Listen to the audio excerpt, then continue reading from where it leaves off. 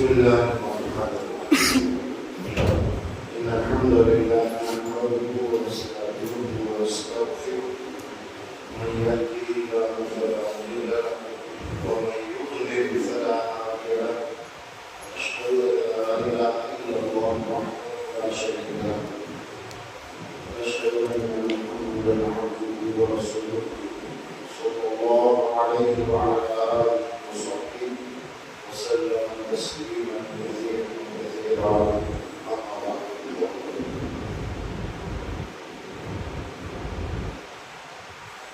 ہمارے یہاں عام طور پر یہ خوشحال ہے جب کسی کا انتقال ہوتا ہے گھر میں کوئی مرتا ہے دال کھانا ڈالنا سب سے بڑا کام اور سب سے ثواب والا کام سمجھا ہے 10ویں دن یا 20ویں دن یا 40ویں دن انتقال کے بعد ہمارے یہاں لوگوں میں یہ بات عام طور پر ہے وہ سب سے بڑا کام دال کھانا دعوت کرنا لوگ یہ سمجھتے ہیں اور اس میں جذبات میں آ کر لوگ جو ہے اپنی طاقت سے زیادہ خرچ کرتے ہیں۔ اگر ہمارے پاس نہ بھی ہو تو ادھر ادھر سے قرض لے کر معافی لے کر زیادہ سے زیادہ لوگوں کی دعوت کرنے کی کوشش کرتے ہیں۔ کیا یہ صحیح ہے؟ کیا یہ اللہ کے نبی کی سنت ہے؟ کیا واقعی اس طرح کرنے سے ثواب ملتا ہے؟ زبردستی کروانوں پر دوسرے لوگ ان کے تانے دنیا کیا بولنے دے نہیں ڈالو کیا یہ جو باتیں ہیں بعد میں وہ قرض چکاتے پریشان ہو جاتے ہیں۔ اس کی حیثیت کیا ہے؟ اس طرح کرنا کیا ہے؟ اس سلسلے میں صرف ایک واقعہ اور اس پر ہم تبصرہ رکھیں۔ ایک صحابی رسول ہے اور ان کا نام ہے سعد بن ابی وقاص رضی اللہ عنہ۔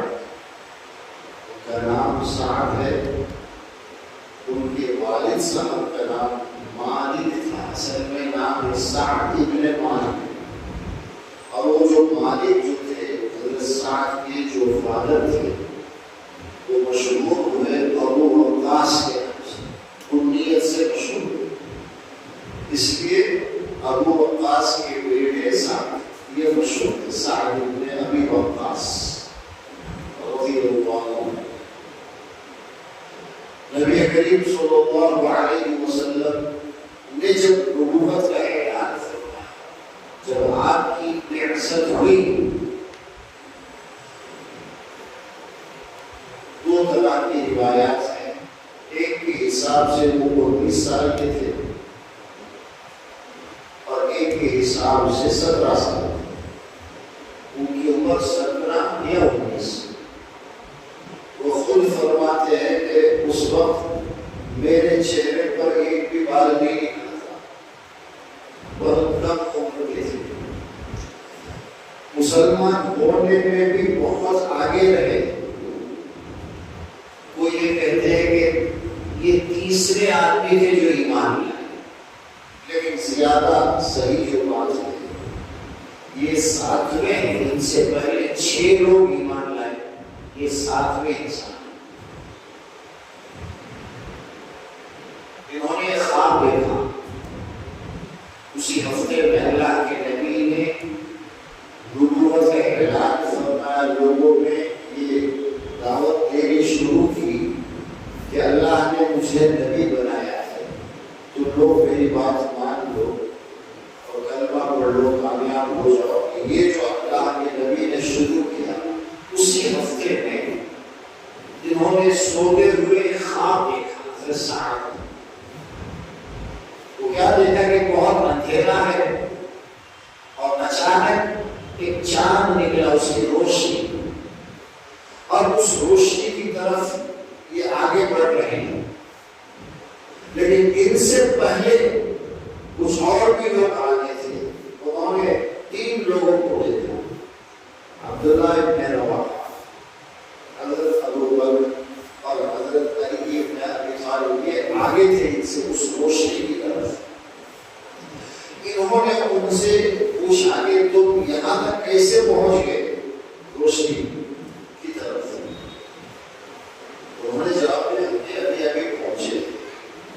اور پھر جب آنکھ کھولی انہوں نے سنا کہ محمد صلی اللہ علیہ وسلم نے اپنی نبوت کا اظہار کیا ہے.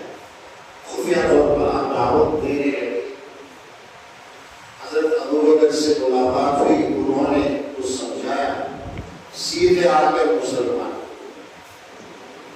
17 سال یا 19 سال میں تھے. ان کا 2 طرف سے رشتہ ہے اللہ کے نبی کا.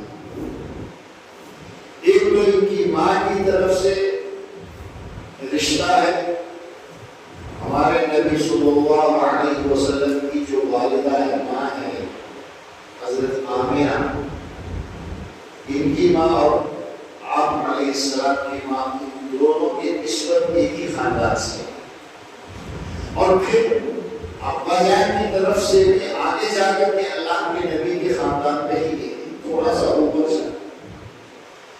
تو دونوں طرف سے ان کا رشتہ ہے اللہ کے نبی سے. اور اللہ کے نبی کو یہ جانتے تھے پہلے سے. چنانچہ جیسے ہی اللہ کے نبی کے بارے میں پتہ چلا تو فوراً ایمان لے آئے. ان کی والدہ شروع میں بہت سخت تھی. گھر آتے ہی جیسے ان کو پتہ چلا کہ میرے بیٹی بھی مسلمان ہو گئے ہیں، یہ بڑے ماں کا بڑا خیال رکھتے تھے، بڑے فرما بردار تھے. انہوں نے دھمکی دی کہ جب تک تم اس نئے دین کو چھوڑو گے نہیں، ہمارے دین پہ واپس نہیں آؤ گے، میں کھانا پینا نہیں کھاؤں گا، چھوڑ دو. بہت اصرار کیا، مجبور ہو کر حضرت سعد رضی اللہ عنہ نے کہا کہ اے ماں، ایک بار نہیں، اللہ تجھے 1000 زندگی دے، تو 1000 بار پیدا ہو اور مر جائے، اور ہر بار تم میری ماں بن کر پیدا ہو، اور 1000 بار بھی تم کہے گی کہ اسلام کو چھوڑ دے تو یہ ہونے والا نہیں. یہ پاسبل ہی نہیں کہ میں اللہ کے نبی کا انکار کروں. تیری 1000 زندگیاں اس پر قربان کر سکتا ہوں، لیکن کلمہ میں چھوڑ نہیں سکتا. یہ ایک کا کمٹمنٹ ہے. حضرت سعد بن ابی وقاص رضی اللہ عنہ مکے میں رہے اور ہمیشہ اللہ کے نبی کے ساتھ رہے. پھر مدینہ ہجرت کر کے تشریف لائے. جنگ احد میں شروع میں مسلمانوں کو غلبہ ہوا، اور پھر ایک عجیب امتحان اللہ کے نبی کی ان تیر اندازوں نے نافرمانی کی. جہاں اللہ کے نبی نے یہ کہا تھا کہ تم یہاں کھڑے ہو کر حفاظت کرنا، تیر انداز تھے کہ اس طرف سے کوئی آئے تو ان کو اپنے تیروں سے پیچھے کر دیں. لیکن ان تیر اندازوں نے جب یہ دیکھا کہ تھوڑی دیر میں مکے والے میدان چھوڑ کر بھاگ رہے ہیں، تو انہوں نے یہ سمجھا کہ اب تو ہم جیت گئے، اب جو مال غنیمت کا اپنا جو حصہ ہے وہ لے لیتے. سب اپنی اپنی پوزیشن خالی کر کے وہ میدان میں آ گئے. اور دشمن فوج کے جو اس وقت کمانڈر تھے خالد ابن ولید، بعد میں یہ صحابی ہوئے، انہوں نے اس طرف سے حملہ کیا جس میں بہت سارے مسلمان شہید ہوئے. حضرت حمزہ رضی اللہ عنہ اسی میں شہید ہوئے، اور بہت سارے بڑے بڑے صحابہ جو ہے اس سچویشن میں بھاگ گئے وہاں سے تھوڑی دیر. سعد بن ابی وقاص اس کریٹیکل جو سچویشن تھی اس میں بھی یہ اللہ کے نبی کے ساتھ رہے، آپ کے قریب رہے اور کسی کو قریب آنے نہیں دیا۔ تیر انداز تھے، بڑے اچھا یہ تیر پھینکتے تھے، اور اللہ کے نبی کو تیر دے کر یہ فرماتے تھے اس لڑائی میں، اور اللہ کے نبی نے اپنی پوری زندگی میں ایک ہی بار اس طرح کہا ہے کہ یہ لو تیر اور پھینکو دشمنوں کی طرف، میرے ماں باپ تم پر قربان ہو جائے۔ اللہ کے نبی نے حضرت سعد سے یہ الفاظ فرمائے۔ تاریخ میں یہ بات ملتی ہے کہ اس سچویشن میں اس موقع پر حضرت سعد نے 1000 سے بھی زیادہ تیر پھینکا ہے، اور انہوں نے پیچھے ہٹنے کا نام لے، آگے بڑھ کر وہ تیر پھینکتے رہے، تیر اندازی کرتے رہے۔ پھر جب رک گئی اللہ کے نبی کی انہوں نے حفاظت کی۔ اللہ کے نبی کی زندگی میں جتنی لڑائیاں اللہ کے نبی نے لڑی ہے، ہر ایک میں حضرت سعد بن ابی وقاص نے حصہ لیا، کسی لڑائی میں پیچھے نہیں رہے۔ یہ ان خوش نصیب صحابہ میں سے ایک ہیں جن کو اللہ کے نبی نے اسی دنیا میں فرما دیا تھا کہ یہ جنتی ہے۔ عشرہ مبشرہ 10 صحابہ میں سے ایک ہے، اور حضرت عمر رضی اللہ تعالیٰ عنہ کو جب زخم لگا، نماز میں دشمن نے حملہ کیا اور آپ کا خون بہہ رہا تھا، 3 دن کے بعد آپ کی شہادت ہوئی، انتقال ہوا، تو انہوں نے نیکسٹ خلیفہ کسے بنایا ہے؟ 6 لوگوں کی ایک کمیٹی بنا دی، ان 6 میں سے یہ بھی ہیں حضرت سعد بن ابی وقاص، اور یہ فرمایا کہ ان 6 میں سے کسی کو بھی خلیفہ بنا لو۔ یہ 6 وہ ہیں کہ اللہ کے نبی کا جب انتقال ہوا تو وہ ان سب سے خوش تھے، راضی تھے۔ یہ وہ خوش نصیب صحابہ میں سے۔ فتح جب مکہ فتح ہوا، یہ تو ہجرت کر کے مدینہ چلے گئے تھے، اللہ کے نبی سے اگر یہ 20 سال ان کی عمر تھی بعثت کے وقت، اور اللہ کے نبی کی 40 سال، تو یہ 21 سال 20 سال چھوڑے ہیں اللہ کے نبی سے، رشتے میں ماموں لگتے ہیں۔ مکہ جب فتح ہوا تو یہ بیمار ہو گئے اور مکے ہی میں رہ گئے، ان کا گھر مکے میں بھی تھا، اور پھر اللہ کے نبی نے جو حج کیا زندگی میں، اللہ کے نبی نے ایک ہی حج کیا جسے حجۃ الوداع کے نام سے ہم سب جانتے ہیں۔ اس حج کے بعد اللہ کے نبی 3 مہینے کے اندر آپ کا انتقال ہوا، دنیا چھوڑ کر آپ چلے گئے۔ اس لیے الوداع کسے کہتے ہیں؟ کوئی چھوڑ کر چلا جاتا ہے تو اسے وداع کہا جائے، اسی مناسبت سے یہ حج ہے۔ اس حج میں اللہ کے نبی نے صحابہ کو رخصت کیا، بلکہ حج کے دوران ہی بیان کرتے ہوئے، خطبہ دیتے ہوئے یہ فرمایا تھا کہ ہو سکتا ہے کہ اگلے سال میں تم سے نہ ملوں، ہم ایک دوسرے کو نہ دیکھ سکے، اشارہ دے دیا تھا کہ اگلے سال حج آنے سے پہلے میرا انتقال ہو جائے۔ جب اللہ کے نبی حج کے لیے مکہ تشریف لائے تو حضرت سعد ابن ابی وقاص رضی اللہ عنہ کو دیکھنے کے لیے، عیادت کے لیے تشریف لائے۔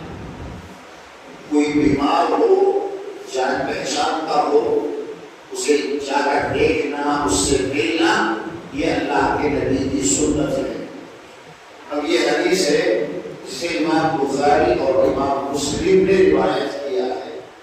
بخاری شریف کے اندر اس حدیث کا نمبر ہے 3936 3936۔ فرماتے ہیں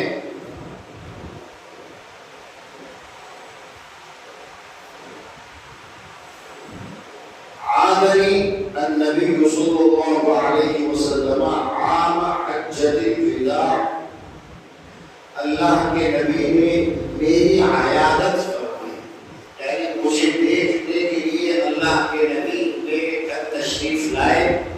حجۃ الوداع کے موقع پر جب اللہ کے نبی حج کرنے کے لیے مکہ آئے سن 10 ہجری میں، مدینہ جا رہے ہیں 10 سال کے بعد، تو اسی دوران بعض روایتوں میں یہ ملتا ہے کہ انہوں نے خود ہی آپ کو یہ پیغام بھیجا تھا کہ آپ مجھے دیکھنے کے لیے تشریف لائیں۔ تو اللہ کے نبی ان سے ملنے کے لیے گئے، اور یہ جو روایت ہے ان کے کئی بیٹوں نے، حضرت سعد بن ابی وقاص کے کئی بیٹوں نے روایت کی، اور ان کی ایک بیٹی وہ اس نے بھی روایت کی۔ فرماتے ہیں کہ آئے اللہ کے نبی مجھے ملنے کے لیے، اشفیت منہ علی الموت، میں ایسا بیمار تھا کہ مجھے ایسا لگ رہا تھا کہ اسی بیماری میں میری موت ہو گئی، میں موت کے قریب تھا، اتنے میں اللہ کے نبی دیکھنے کے لیے تشریف لائے۔ تو اس سے کیا پتہ چلا، کوئی بیمار ہو، ایمان والا بھائی ہے، آپ کو اسی جان پہچان ہے، اگر وہ بیمار ہے تو اسے جاننا، اس سے ملنا، اس کی خیر خیریت پوچھنا، یہ بڑا ثواب کا کام ہے، یہ اللہ کے نبی کی ایک سنت ہے۔ فقلت یا رسول اللہ بلغ بی من الوجع ما صار، جب وہ تشریف لائے میرے گھر میں تو میں نے اللہ کے نبی سے پوچھا، یہ کہا آپ دیکھ رہے ہیں میں کتنا سخت بیمار ہوں، میری جو حالت ہے، میری جو پوزیشن ہے آپ دیکھ رہے ہیں، وَأَنَا ذُو مَالٍ وَلَا يَرِثُنِي إِلَّا ابْنَةٌ لِّي وَاحِدَةٌ، اور میں بڑا مالدار آدمی ہوں، اور میری صرف ایک وارث ہے۔ اس وقت ان کی عمر بھی زیادہ نہیں تھی، صرف ایک بیٹی تھی اس وقت، ان کا نام عائشہ تھا، روایتوں میں ملتا ہے۔ انہوں نے اللہ کے نبی سے یہ کہا کہ اے اللہ کے نبی میرے پاس کتنا پیسہ پڑا ہوا ہے، میری یہ جو بیٹی ایک بیٹی ہے اسے جو میں دوں گا اسے تو بہت پیسہ ہو جائے گا، اس لیے اگر آپ کی اجازت ہو تو کیا میں اپنا پورا مال اللہ کے راستے میں خیرات کروں؟ دوسری پورا مال کے لیے یہاں تو یہ ہے اس حدیث کے اندر کہ میں 2 حصے اللہ کے راستے میں نکال دوں، ایک حصہ اپنی بیٹی کے لیے چھوڑوں، میری بیٹی کا بھی کام ہو جائے گا، اور دین کے لیے جتنا بھی کرے کم ہے۔ اس لیے سے انہوں نے پوچھا کیا میں اپنا مال کا 2 حصہ اللہ کے راستے میں ثواب والے کام میں لگا دوں؟ صحابہ کی یہ عادت تھی، وہ صرف دین کے مسائل ہی نہیں پوچھتے تھے اللہ کے نبی سے، وہ بھی پوچھتے تھے نماز کیسے پڑھنا ہے، کب کیا، وہ بھی سیکھتے تھے، لیکن کسی چیز کو اللہ کے راستے میں خرچ کرنے سے پہلے یہ بھی پوچھتے تھے کہ میں کروں یا نہ کروں۔ مال خرچ کرنا، اس میں آدمی جو ہے زیادہ اپنے حساب سے خرچ کرتا ہے، بڑوں سے، کسی عالم سے، کسی دیندار سے پوچھتا نہیں ہے۔ یہ وہ فنکشن سب مل گئے، ہمارے یہاں ہے نا، ادھر زیارت کو جا پائے کہ نہیں، بھائی بڑے بڑے دولے سن کے کیا کرنا کیا نہیں کرنا، ایک کو 10 مائل کرتا ہے، ایک کو 100 مائل کرتا ہے، ایک کو کیا کہتے ہیں۔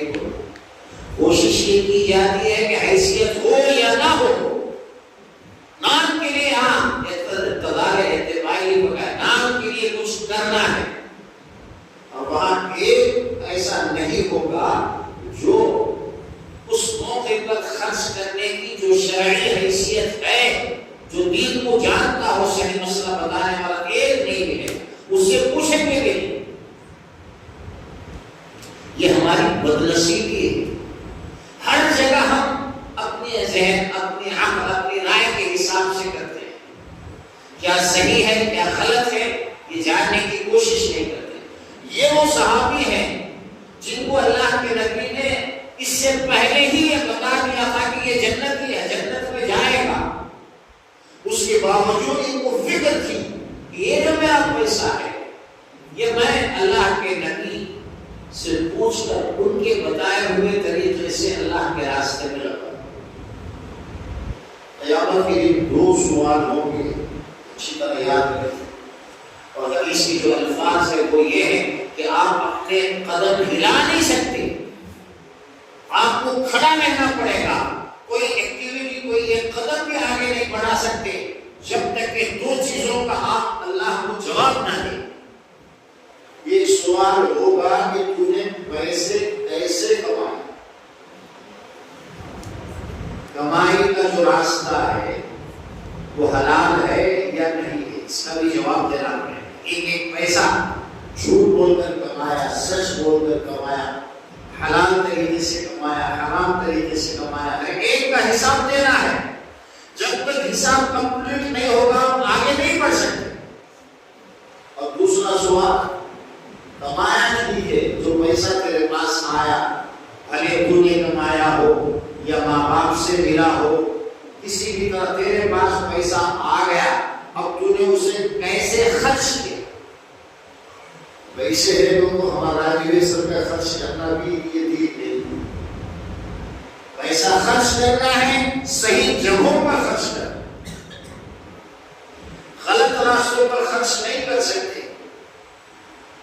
تو حضرت صحابہ اس بات کی ہمیشہ فکر کرتے تھے کہ ہر چیز اللہ کے نبی سے پوچھ کر اس کے حساب سے کوئی ڈیسیژن لے. آج یہ چیز نہیں ہے ہمارے، ہم منمانے طریقے سے خرچ کرتے رہتے ہیں، الٹے سیدھے خرچ اتنے کرتے ہیں کہ سال بھر کا اگر ہم حساب لگا لیں تو ہمارا جو فرض زکوٰۃ ہے اس سے زیادہ ہم خرچ کرتے ہیں. ایک طرف زکوٰۃ نہ نکالنے کا گناہ ہوتا ہے، نقصان ہوتا ہے، اور دوسری طرف ہم الٹے سیدھے کاموں میں پیسے زیادہ خرچ کرتے ہیں. بچے کا فنکشن آیا، ہزاروں میں خرچ کر، چھوٹا سا بھی آپ حساب رکھ لیں 4-5 ہزار تو ویسے ہی خرچ ہو. اور زکوٰۃ جو ہے 2.5% ہے، 2.5%. 1000 میں 25 روپے، 1 لاکھ میں 2500. اگر آپ کے پاس 2 لاکھ آپ کے پاس ہے، یعنی کوئی قرضہ نہیں ہے، وہ سب نکال کر کے اگر قرضہ زیادہ ہے تو زکوٰۃ واجب ہی نہیں. ایکسٹرا آپ کے پاس اپنا انکم 2 لاکھ ہو گیا تو آپ کو کتنا نکالنا ہے سال میں؟ 5000. 4 لاکھ میں 10,000، 1 لاکھ میں 2,500. بچوں کی فنکشن میں ادھر ادھر آپ ہزاروں خرچ کر دیں گے، اور سال بھر میں جو زکوٰۃ ایک فرض ہے ہمارے اوپر، جس طرح نماز فرض ہے، روزہ رمضان کا فرض ہے، زکوٰۃ بھی فرض ہے، ہم حساب ہی نہیں رکھتے. کسی سے مل کر میری یہ پراپرٹی ہے، میرے یہ سورسز ہے، میرے پاس یہ نیٹ ہے، اب مجھ پر اتنا زکوٰۃ واجب ہے سال میں، کسی سے بیٹھ کر مسئلہ پوچھ کر زکوٰۃ کا پیسہ نکالنا اور غریبوں میں دینا. غریب اپنے سگے بھائی بہنوں میں دے سکتے ہیں، برتھ ڈے منا کر بھی تو اپنے ہی لوگوں کو بلاتا ہے نا، ان کو کیک کھلا کر کے، کھانا پکا کر کے کھلا دیا اور بینک پاس ہو گیا، نہ کوئی فائدہ ہے الٹا نقصان. یہی اگر آپ حساب کر کے زکوٰۃ نکالیں، اپنے جو غریب بھائی بہنیں ہیں سگے، ان کو آپ دے دیتے ہیں، چلو بھائی یہ زکوٰۃ کا پیسہ آپ کو دے دو. ایک طرف فرض ادا ہو گیا اور دوسری طرف ثواب بھی مل گیا. رشتے داروں کا آپ نے خیال ہم پوچھتے، لیکن صحابہ ایسے نہیں تھے، ایک ایک چیز وہ پوچھتے تھے. انہوں نے بلایا جب یہ دیکھنے کے لیے گئے، فرمایا کہ میری حالت تو ایسی ہے کہ روز کبھی بھی میں مر سکتا ہوں، میرے پاس اتنا مال پڑا ہوا، ایک بیٹی ہے، اسے کیا چاہیے زندگی گزارنے کی. تو میں یہ چاہتا ہوں کہ آپ کی اجازت ہو میں سارا مال اللہ کے راستے میں اچھے کاموں میں لگا دوں. اللہ کے نبی نے یہ فرمایا کہ نہیں. پھر پوچھا تو کیا آدھا مال نکالوں؟ کہا کہ نہیں. پھر پوچھا کہ ایک سلس اللہ کے نبی نے فرمایا کہ اگر تمہارا زیادہ ارادہ ہے دینے کا نکالنے کا 2 حصے اپنے گھر والوں کے لیے رکھو، 1 حصہ ثلث اللہ کے راستے میں نکالو، وصیت کرو۔ اسی سے یہ بات بھی لکھی ہے، آج بھی جب اندازہ ہو جائے کہ اب میرا آخری ٹائم ہے، کبھی بھی میں اس دنیا کو چھوڑ سکتا ہوں، تو اسے وصیت کرنا چاہیے، ویل نامہ جسے بولتے ہیں۔ اسے کچھ اندازہ ہو کہ میرے پاس جو ہے میرے بچوں کی ضرورت سے زیادہ ہے، اس لیے تھوڑا حصہ میں اللہ کے راستے میں لگاؤں، مسجد کے لیے، کسی مدرسے کے لیے، کسی کے بھی لیے، تو پہلے ہی سے ویل نامہ بنا دو کہ میرا جو کچھ میں چھوڑ کر جا رہا ہوں اس کا اتنا حصہ جو ہے ان کاموں کے لیے دے دیا جائے، ایک ویل نامہ بنا دیا۔ یہ اللہ کے نبی کی سنت ہے، صحابہ نے ایسا کیا، کرنا چاہیے۔ لیکن وہ جو بھی آپ وصیت کریں گے خیر کے راستوں کے لیے، جو بھی آپ کہیں گے وہ جو ہے 1/3 سے زیادہ نہیں ہونا چاہیے، 1/3 ہی میکسیمم لمٹ ہے۔ تو اللہ کے نبی نے یہ فرمایا الثلث یا سعد والثلث کثیر، اے سعد 1/3 ایک حصہ تم نکالو، اور یہ ایک حصہ بھی بہت زیادہ ہے، لیکن اس سے بھی کم بھی کر لے کوئی بات نہیں۔ اور پھر اللہ کے نبی نے اس وقت ایک بات یہ فرمائی، انک ان تذر ذریتک اغنیاء خیر من ان تذرهم عالة یتکففون الناس۔ ایسا تم اپنے بچوں کو اس حال میں چھوڑ کر اس دنیا سے جاؤ کہ وہ ٹھیک ٹھاک ہیں، ان کی ضرورتیں پوری ہو رہی ہیں، وہ خود کفیل ہیں، ٹھیک ٹھاک ہیں، یہ بہتر ہے اس سے کہ سارا تم نے اللہ کے راستے میں دے دیا، ان کے لیے کچھ نہیں چھوڑا، وہ کل کو لوگوں کے پاس مانگتے پھر رہے۔ ارے ایمان والے کو کوشش اس بات کی کرنا ہے کہ اللہ ہم سے موقع دے، توفیق دے، تو اپنے بچوں کو کسی حد تک جو ہے مالدار بنا کر جانا۔ باپ کے جاتے ہی بچے بے سہارا ہو گئے، ادھر ادھر مانگنے پھر رہے ہیں، یہ بات اچھی نہیں ہے۔ اللہ کے نبی کی یہ وصیت حضرت سعد سے، جو اپنا پورا اللہ کے راستے میں لگانا چاہ رہے تھے، اللہ کے نبی نے ان کو یہ کہا کہ نہیں، 1/3 ایک حصہ وصیت کرو، دے دو خیر کے کاموں میں، اور ساتھ ساتھ یہ بھی فرمایا کہ اچھی طرح سمجھ لو، اللہ کے نبی جب گئے ہوں گے عیادت کے لیے تو دوسرے بھی لوگ ہوں گے نا، بات سمجھ میں آ جائے، اس لیے اللہ کے نبی نے یہ فرمایا تم اپنے بچوں کو مالدار چھوڑ کر اس دنیا سے جاؤ کہ وہ اپنے آپ کو سروائیو کر سکے، بغیر کسی مشقت کے ادھر ادھر ہاتھ پھیلائے بغیر وہ زندگی گزار سکے، اتنا بنا کر جاؤ اگر اللہ نے تمہیں موقع دیا تو۔ ایک آدمی ہے اسی لیے محنت کرتا ہے کہ وہ خود بھی اچھی زندگی گزارے اور اپنے بچوں کو بھی کسی لائق چھوڑ کر سیٹ کر کے وہ جائے، کوشش کرتا ہے، لیکن زندگی میں محنت کرنے کے باوجود وہ اس میں کامیاب نہیں ہو سکتا۔ غریب ہی بچے ہیں، ان کی حالت سدھری نہیں، وہ چلا گیا، لیکن اس کی نیت میں تو تھا، کوشش کر رہا تھا، اس پر کوئی اس کی بات نہیں، اسے ثواب ملے گا، کوشش تو کیا اس نے سچے دل سے۔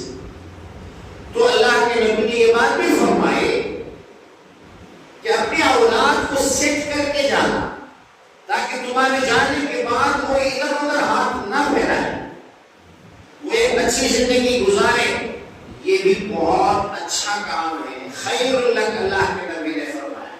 ہر باپ کو اسی طرح سوچنا چاہیے، اور اس کے ساتھ ساتھ یہ بھی فرمایا وَلَسْتَ بِنَافِقٍ نَفَقَةً تَبْتَغِي بِهَا وَجْهَ اللَّهِ، إلا آجلك الله بها حتى اللقمة تجعلها في امرأتك. یہ جو ہے آدمی کو اشتراک کرنا چاہیے، لیکن آدمی اللہ کے لیے جو بھی خرچ کرتا ہے اس کا اجر اللہ اسے ضرور دے. وہ اپنی فیملی کے لیے کمائے، دوسروں کی مدد کرے، اللہ کے راستوں میں خوب خرچ کرے، جو بھی وہ کرے گا چھوٹا ہو یا زیادہ، کم یا زیادہ، اس کا برابر اسے اجر ملے گا. یہاں تک کہ اپنی بیوی کے منہ میں اگر تم ایک لقمہ، ایک نوالا اپنے ہاتھ سے ڈالو گے، کھلاؤ گے اسے، اس پر بھی تمہیں اس صدقے کا ثواب ملے گا. لوگ عام طور پر یہ سمجھتے ہیں کہ اپنے گھر میں لوگوں کو کھلانا پلانا، ان کے کاموں میں ہاتھ بٹانا، اور ہو سکے تو اپنے ہاتھ سے اپنے بچوں کو، ماں باپ کو، اپنی بیوی کو کھلانا، یہ بہت ثواب کا کام ہے. لوگ اس بات کو نہیں سمجھتے.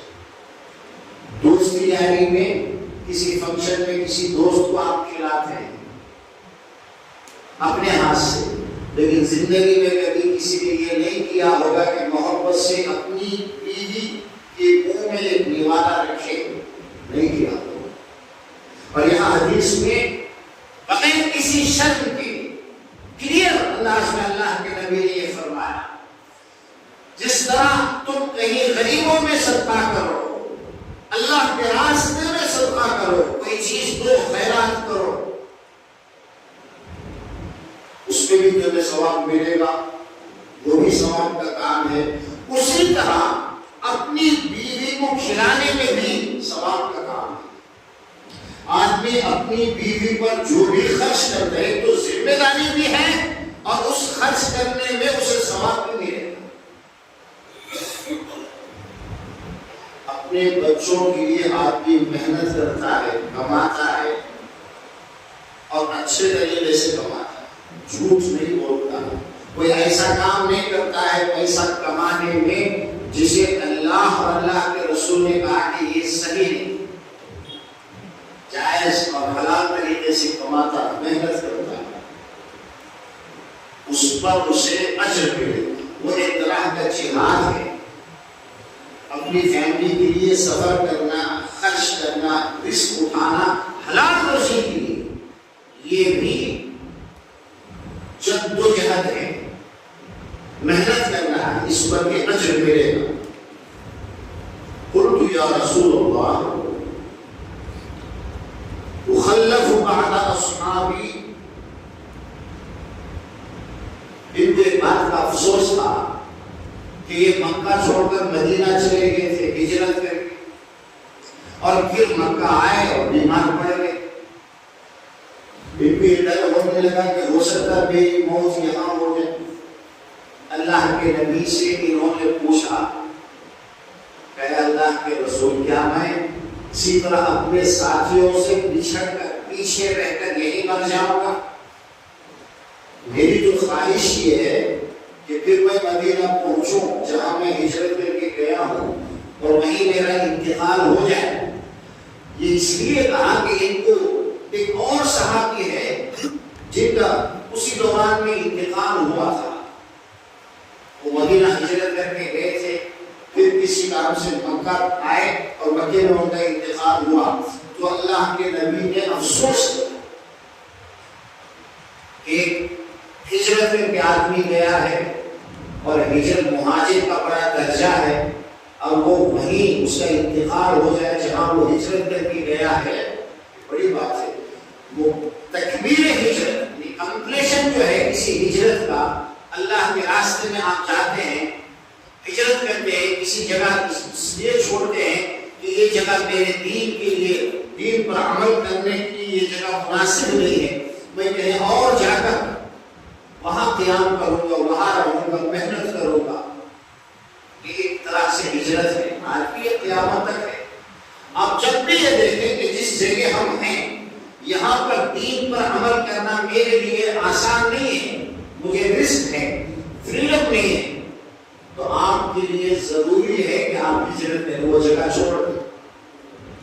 أَلَمْ تَكُنْ أَرْضُ اللَّهِ وَاسِعَةً فَتُهَاجِرُوا فِيهَا، لوگ یہ کہیں گے قیامت کے دن اے اللہ ہم تو دین پر چلنا چاہتے تھے لیکن حالات اور ہم ایسی جگہ رہتے تھے جہاں پر دین پر عمل کرنا مشکل تھا، نہیں کر سکتے، اس لیے ہم نے عمل نہیں کیا، اس میں ہمارا کیا قصور ہے؟ اللہ سے لوگ کہیں گے ہم ایسی جگہ اور دشمنوں کے بیچ میں جہاں کھل کر کے ہم دین پر عمل نہیں کر سکتے، اس لیے ہم خاموش ان کے راستے پر چلتے رہے، ہم کمزور تھے۔ تو جواب میں اللہ کہے گا أَلَمْ تَكُنْ أَرْضُ اللَّهِ وَاسِعَةً، کہ دنیا وسیع نہیں تھی، یعنی تم تو چھوڑ کر اس جگہ کو کہیں اور تو جا سکتے تھے۔ آج کتنے ایسے ممالک ہیں یا کتنی ایسی جگہ ہیں آپ ہی کے ملک میں، اگر آپ کو کسی جگہ پریشانی ہے تو کہیں اور جا کر کے آپ رہ سکتے ہیں جہاں پریشانی نہ ہو۔ جب میری دنیا اتنی بڑی تھی تو تم نے اس جگہ کو چھوڑا کیوں نہیں؟ کفر اور شرک کے باوجود وہیں پھنسے کیوں رہے تم؟ چھوڑتے، قربانی دیتے۔ تمہارے سامنے تو اللہ کے نبی کی مثال ہے، مکہ چھوڑ کر مدینہ چلے گئے، سارے صحابہ کی مثال ہے، اپنا مال، اپنی فیملی، ماں باپ، بیویوں نے اپنے شوہروں کو چھوڑ کر ہجرت کیا۔ سورہ ممتحنہ میں وہ احکام بھی ہیں کہ ایک عورت، اس کا شوہر مسلمان نہیں ہوا، اپنے ایمان کے لیے اسے چھوڑ کر وہ مدینہ آتی ہے تو اب کیا ہوگا؟ اور کوئی مرد ایسا ہے جو اپنے ایمان کو بچانے کے لیے مکہ چھوڑ کر اس کی بیوی بچے نہیں مانے، وہ اکیلا سفر کر کے آیا ہے، پھر اس کے کیا احکام ہیں؟ الگ الگ مسائل ہیں، یہ سب تم جانتے تھے، اس کے باوجود تم اپنے پلیس کو کیوں نہیں چھوڑے تھے؟ یہ سوال ہو، یہ کوئی عذر نہیں ہے کہ میرے حالات ٹھیک نہیں تھے، میں جہاں رہتا تھا وہاں ٹھیک نہیں تھا، میں کمزور تھا، میں آج کوئی کمزوری مقبول نہیں ہے۔ اگر حالات فیور میں ہے تو ٹھیک ہے، اللہ کا شکر ادا کرے، اور حالات صحیح نہیں ہے تو ہجرت تو قیامت تک باقی ہے دین کے لیے۔ آپ کو دین کو اختیار کرنا پڑے گا، چوز کرنا پڑے گا، اس جگہ کو چھوڑنا پڑے گا۔ تو انہوں نے ایک افسوس کا اظہار کیا اللہ کے نبی نے، اور کسی بھی ہجرت کی یہ ہوتی ہے، آدمی اپنے دین کو بچانے کے لیے، دین پر عمل کرنے کے لیے ہجرت کر کے جہاں جاتا ہے وہی اس کا انتقال ہو جائے، یہ کمپلیٹ ہجرت کہلاتی ہے۔ کہیں کچھ دن رہ کے پھر واپس آ گئے، یہ صحیح نہیں۔ آدمی جانے سے پہلے اچھی طرح سوچ لے میں کیوں جا رہا ہوں، کوئی دنیاوی مقصد ہے یا صرف دین کے لیے جا رہا ہے؟ دین کے لیے جا رہا ہے تو سب کچھ چھوڑ کر جانا ہے، ورنہ جانے کی ضرورت ہی نہیں ہے۔ تو حضرت سعد بن ابی وقاص نے یہ پوچھا کہ اللہ کے نبی، کیا میں اپنے ساتھیوں سے پیچھے رہ جاؤں گا؟ میرے سارے ساتھی جو میرے ساتھ ایمان لائے تھے سب تو آگے چلے گئے، کسی کا انتقال ہو گیا، کوئی جو ہے مدینہ پہنچ گیا وہ وہی ہے، لیکن میں تو مکے میں بیمار ہوا ہوں، میرا کیا ہوگا؟ تو اللہ کے نبی نے ان کو یہ فرمایا إِنَّكَ لَن تُخَلَّفْ فَتَعْمَلَ عَمَلًا تَبْتَغِي بِهَا وَجْهَ اللَّهِ إِلَّا ازْدَدْتَ بِهِ دَرَجَةً وَرِفْعَةً۔ دو بات اللہ کے نبی نے فرمایا، ایک تو یہ ہے تم پیچھے رہ گئے، تمہیں عمر ملی زیادہ، تمہارے ساتھی آگے چلے گئے، اللہ کو پیارے ہو گئے، اب تم کو موقع ملا ہے تو تم کچھ کرو، جو کچھ تم کرو گے اس کا اجر ملے گا اور تمہارے درجے بلند ہوں۔ افسوس کی بات نہیں، آدمی کی عمر جتنی لمبی ہوتی ہے اسے کام کرنے کا موقع زیادہ ملتا ہے، اور وہ جب کام کرتا ہے تو اسے بھرپور بدلہ ملے گا۔ آپ نے وہ حدیث بار بار سنی ہوگی، دو صحابہ، دو بھائی تھے، ایک ساتھ آئے، مسلمان ہو گئے۔ ان میں سے ایک جو صحابی تھے بڑے حکمت والے تھے، لڑتے لڑتے شہید ہو گئے۔ دوسرے جو تھے وہ ایک ساتھ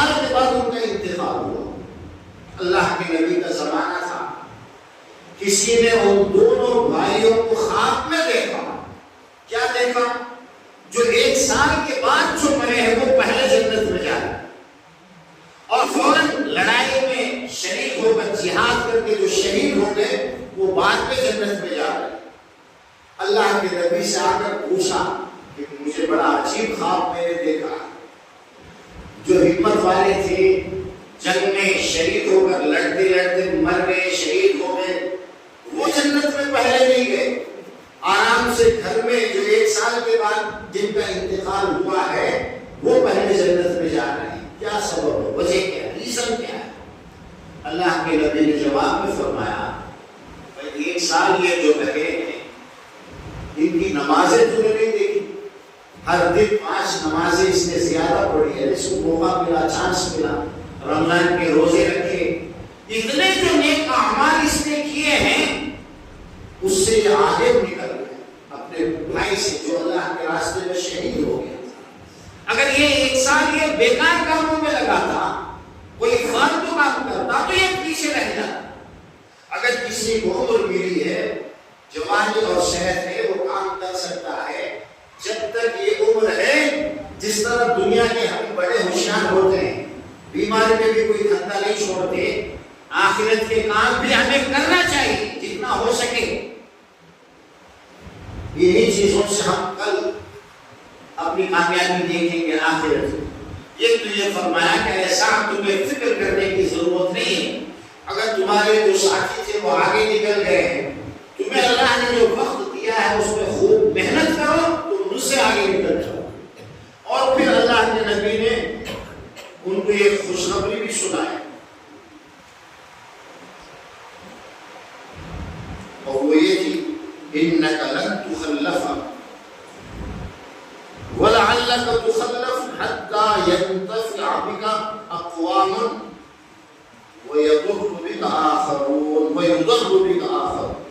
اور پھر اس حالت میں اللہ کے نبی بیماری کی حالت میں ان سے ملنے کے لیے گئے تھے، اور سچویشن ایسی تھی کہ کبھی بھی انتقال ہو سکتا، ایک دم مایوس ہو چکے تھے، لیکن اللہ کے نبی یہ فرما رہے ہیں کہ ایسا تم اتنی جلدی نہیں مرو، تم ٹھیک ہو جاؤ گے اور عمر زیادہ ہوگی تمہاری، تم بہت سارے ایمان والوں کو فائدہ بھی پہنچاؤ گے، تمہاری زندگی سے ایمان والوں کو بڑا فائدہ بھی ہوگا اور بے ایمانوں کو بڑا نقصان بھی ہوگا۔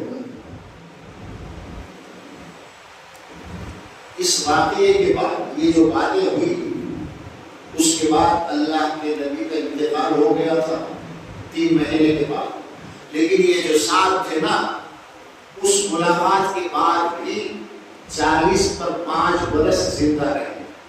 کتنے برس؟ 40 پر 5 برس اچھے ہو گئے۔ اور پھر اس وقت کی جو 2 سپر پاور طاقتیں تھیں، رومن ایمپائر، پرشین ایمپائر، یہ جو پرشین ایمپائر ایران وہ جو آپس کا علاقہ ہے، اس وقت سپر پاور تھا، آج کل کا امریکہ اور رشیا۔ تو یہ جو پرشین ایمپائر کے خلاف جب جہاد ہوا حضرت عمر کے زمانے میں، تو حضرت عمر نے ان کو ایک کمانڈر بنا کر بھیجا تھا۔ حضرت سعد بن ابی وقاص کی قیادت میں، وہ جنرل تھے، اسلامی فوج نے پورے پرشین کو ختم کر دیا اور اسلامی سلطنت کو اسے ملا دیا۔ تو یہ فاتح ایران بھی کہلاتے ہیں، سعد بن ابی وقاص رضی اللہ عنہ۔ اس وقت تو ان کی ایک ہی بیٹی تھی حضرت عائشہ، بعد میں ان کے اور 3-4 بیٹے ہو گئے، لیکن کسی بیٹے نے اللہ کے نبی کو نہیں دیکھا، بیٹوں میں کوئی صحابی نہیں۔ اللہ کے نبی نے ان کو دعا فرمائی کہ اللہم اشف سعدا، کہ اللہ ان کو جو ہے شفایاب فرما، ان کی بیماری کو دور کر دے۔ تو اس سے ہمیں یہ سیکھنا ہے کہ آدمی اپنے حالات کے حساب سے اسے محنت کرنا چاہیے۔ جو ٹائم ہمیں ملا ہے اپنی آخرت کی فکر کرنے کے لیے ملا ہے، آرام کرنے کے لیے، سونے کے لیے نہیں ملا۔ ایک لمحہ جو ہم غفلت میں بیکار میں گزارتے ہیں، قیامت میں اور جنت میں جانے کے بعد بھی افسوس ہو کہ کاش میں کچھ اور محنت کر لیتا تو کچھ اور اچھا درجہ مجھے مل جاتا۔ بہت سارے لوگ جو ہے دنیا میں اچھے سے اچھے جاب کے باوجود بھی وہ سوچتے ہیں اور تھوڑی محنت کر کے اور تھوڑا اچھے پوسٹ پہ چلا جائے۔ انسان کے حرص کی کوئی لمٹ نہیں، اور ہونا بھی چاہیے۔ بغیر حرص کے، بغیر تمنا کے انسان تو مردے کے جیسا ہے۔ اگر کسی کے دل میں کوئی شوق نہیں ہے، کوئی ارادہ نہیں ہے، کوئی تمنا نہیں، تو پھر کیا انسانیت ہے؟ وہ تو مردہ ہو چکا ہے۔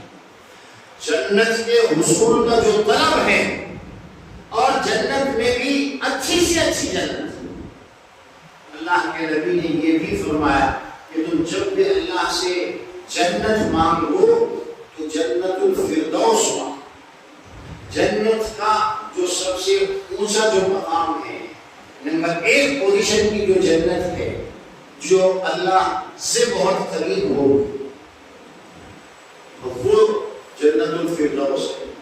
اس لیے جنت الفردوس کی تمنا کرو، جو وقت ملا ہے اس میں کوشش کرو، محنت کرو، خوب اللہ کے راستے میں اپنے مال کو بھی لگاؤ، اور خود اپنے جسم سے بھی جو کام کرنے کے ہیں وہ کرو۔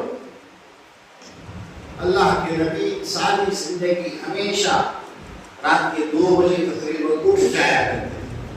احادیث میں یہ بات ملتی ہے کہ اللہ کے نبی بہت جلد سو جایا کرتے تھے، اور بہت جلد جو ہے صبح اٹھتے بھی تھے، تہجد میں اٹھنا۔ اور آپ کی عادت تھی کہ روزانہ تقریباً 11 رکعت تہجد کی نماز پڑھتے تھے آرام سے۔ ہفتے میں 2 دن روزہ رکھتے تھے، اور کہیں سے کوئی مال آ جائے جب تک اسے اللہ کے راستے میں پورا نہ لگا دے آپ کو چین نہیں آتا۔ ایک دن عصر کی نماز پڑھ کر سلام پھیرے اور جلدی سے اپنے گھر میں چلے گئے۔ صحابہ پریشان ہو گئے، کیا ہوا؟ واپس آ کر فرمایا کہ جو مال آیا تھا اس میں سے تھوڑا سا سونا رہ گیا تھا، میں جا کر کہہ کر آیا ہوں کہ اسے بھی اللہ کے راستے میں کسی کو دے۔ تو کسی کے موت کے بعد کھانا کھلانا ثواب کا کام ہے، لیکن جس انداز میں ہم کرتے ہیں وہ صحیح نہیں۔ اپنے پاس اگر ہے بھی تو اسے پورے کے پورے اللہ کے راستے میں دینے سے اللہ کے نبی نے منع فرمایا۔ وہ کہہ رہے تھے کہ میں سارا مال دینا چاہتا ہوں، پھر 2 حصے دینا چاہتا ہوں، پھر آدھا دینا چاہتا ہوں۔ اللہ کے نبی نہیں، جو ہے تمہارے پاس اس کا 1/3 حصے کرو۔ اگر کرنا ہی ہے تو 1 حصہ اللہ کے راستے میں لگاؤ، 2 حصے اپنے گھر والوں کے لیے رکھو۔ کسی کا انتقال ہو گیا ہے، گھر میں پریشان ہے، اب ان پر زور دیتے ہیں، سب لوگ بیٹھ کر کے ان کو کہتے ہیں نہیں اتباعی پکاؤ، اتباعی، کیا ضرورت ہے؟ 1 پیسے کا فائدہ نہیں۔ ان کے حساب سے جو ہوگا وہ کریں گے۔ اور جہاں بہت سارے کچھ کام ایسے ہیں جن کا ثواب آپ کو لگاتار ملتا رہے گا، صدقہ جاریہ۔ مسجد کا کوئی کام آپ نے کیا، جب تک وہ مسجد آباد ہے آپ کو ثواب ملتا رہے گا، آپ اس دنیا میں رہو یا جاؤ۔ لیکن کسی کو آپ نے پیٹ بھر کھانا کھلا دیا، اس میں 95% تو وہ لوگ ہوتے ہیں جن کو کھانے کی ضرورت نہیں۔ آج ہمارے گاؤں میں 2-4 کو چھوڑ کر کون ایسا ہوگا جس کے گھر میں کھانا پکتا نہیں، کھانے پینا خیال نہیں، اس کا بھینسوں کو تو ہے ہمارے گاؤں میں، کوئی بھی ایک کھانا کیا تو رہتا۔ ایسے لوگوں کو کھلانے سے کیا فائدہ ہے؟ وہ کون سا ثواب ہے؟ ضرورت کیا ہے وہ دیکھنا ہے، بھیجا ذہن یوز کرنا ہے۔ آج مجھے کیا کروں گا، کس کام میں زیادہ ثواب ہے؟ تو کسی اپنے میت کی طرف سے جو اس دنیا سے آج گیا ہو یا بہت پہلے جا چکا ہے، اس کی طرف سے کچھ کرنا ہے، کوئی اچھے کام کو کسی عالم سے بیٹھ کر پوچھو میں کچھ کرنا چاہتا ہوں، کیا ہے؟ اللہ کے نبی نے یہ بھی فرمایا ہے آدمی ایک حج کی طرف سے 3 آدمی جنت میں جائیں۔ ایک حج، یعنی میرے ابا تھے یا کوئی تھے، ان کے اوپر حج کرنا فرض تھا، نہیں کرے چلے گئے، انتقال ہو گیا. اب ان کا بیٹا کیا کرتا ہے؟ ابا کی طرف سے حج کرنا ہے، وہ خود نہیں جاتا ہے، وہ پیسوں کا انتظام کرتا ہے کسی تھرڈ پرسن کو، کسی دوسرے کو جو حج وغیرہ اچھا جانتا ہے، اسے پکڑ کر کہتا ہے کہ میں خرچہ دیتا ہوں، تم میرے ابا کے نام سے حج کرو. وہ حج کرنے گیا، وہ کون کی سمندر نہیں سو حج کر پایا، اسے بھی جنت، پیسے خرچہ کر کو بھیجا، اسے بھی جنت، اس ابا کو بھی جنت جس پر حج فرض تھا اس نے کیا ہے. حج کو بھیج تو کتنا خرچہ آتے ہیں؟ 3 لاکھ 3.5 لاکھ. گام سو کو 10 گراما کھانا کھلا تو جنت میں جانے کی کوئی گواہی ہے، گارنٹی ہے. اگر ہمارے پاس پیسہ ہے، مال ہے، اور ہمارے ابا حج ادا کیے بغیر گئے تو ان کی طرف سے حج کرانا زیادہ ثواب کا کام ہے یا نام کے واسطے کھانا ڈالنا ثواب کا کام؟ کون سا ثواب کا کام؟ کچھ بھی خرچ کرنے سے پہلے آدمی کو سوچنا چاہیے، پلاننگ کر کے پھر کرنا چاہیے، تب اس خرچے کا فائدہ بھی ہوگا اور ثواب بھی ملے گا. اب ہمارا ایک کام چل رہا ہے، پچھلے جمعے کو بھی بتایا گیا تھا، آج بھی نماز کے بعد جو ہے اپنی طرف سے جو بھی نام لکھوانا چاہے اپنی طرف سے لکھائیں گے، اس کو ثواب ملے گا. وآخر دعوانا الحمدللہ رب العالمین.